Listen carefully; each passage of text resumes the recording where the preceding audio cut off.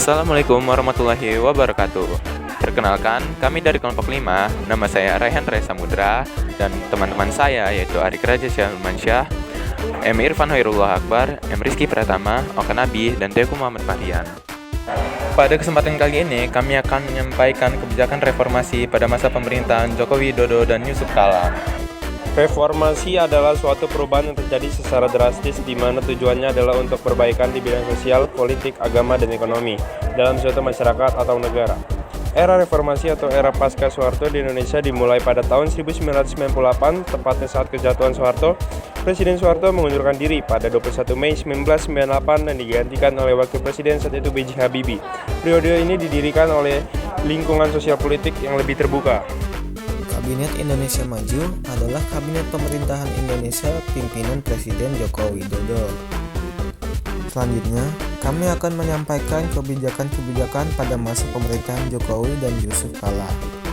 Kebijakan Jokowi dan Yusuf Kala dalam bidang ekonomi, yang pertama menggerakkan kembali sektor real Indonesia, yang kedua meningkatkan daya saing industri nasional untuk menghadapi dinamika ekonomi global, yang ketiga mengembangkan koperasi dan usaha kecil menengah, yang keempat memperlancar distribusi dan perdagangan barang antar daerah dengan efisiensi rantai pasokan, yang kelima menggairahkan sektor pariwisata, serta peningkatan kesejahteraan nelayan melalui kenaikan produksi ikan tangkap dan penghematan biaya bahan bakar sebesar 70% yang didapat dari konversi minyak solar ke LPG. Selanjutnya, kebijakan di bidang politik. Pertama, mewujudkan kestabilan politik yang berpengaruh pada pertumbuhan ekonomi. Dan yang kedua, menciptakan budaya politik yang lebih dinamis sehingga menciptakan berbagai dampak positif bagi masyarakat. Kemudian, kebijakan di bidang pers. Presiden Jokowi menegaskan bahwa pemerintah akan selalu menjunjung tinggi kebebasan pers di tanah air. Ia menjamin profesi wartawan akan memperoleh perlindungan sebagaimana telah diatur di dalam Undang-Undang Nomor 40 Tahun 1999 tentang pers, yang berbunyi, sebagai salah satu negara demokrasi terbesar di dunia, kebebasan pers adalah pilar penting kemajuan Indonesia.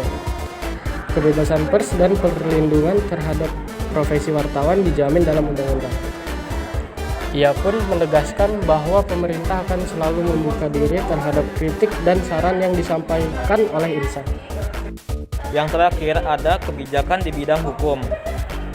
Contohnya ada memberantas korupsi, reformasi sistem dan penegakan hukum, deregulasi peraturan daerah dengan mencabut 3.143 perda-perda yang bermasalah, meningkatkan kinerja kepolisian, serta program tax amnesty sebagai terobosan bidang hukum perpajakan. Adapun kebijakan lainnya yaitu mengesahkan UU Cipta Kerja, iuran BPJS Kesehatan naik, menciptakan Perpu Corona, dan vaksin gratis.